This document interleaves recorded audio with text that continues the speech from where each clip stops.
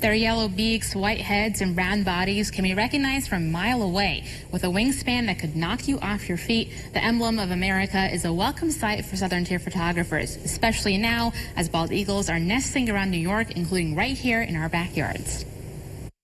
It's a huge hobby for me now. My camera doesn't go anywhere without me. For 2.5 years, Tammy Ackley's camera has captured the national symbol of the United States right here in the southern tier. It was like within 2 weeks, I had like 6 nests I was watching.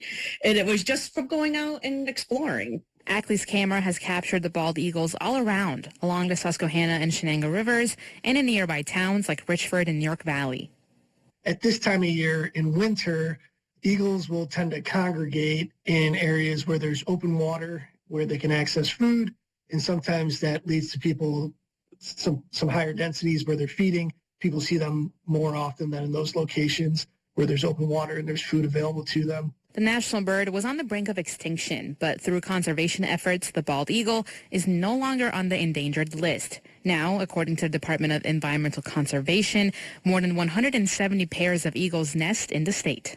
There's been changes in regulations, but there's also still a wide variety of protections for the birds to make sure their populations remain healthy and continue to rebound. It's a sign of resiliency that Ackley welcomes for the beloved birds. I see them every day, you know what I mean? And then not even if I'm not even looking for them going down the highway or something, there's one in a tree, you know? So I just feel like the population has exploded. So if you happen to see one in our area, the advice is to admire from afar. Take it in, you know, stop and take it in because it's amazing.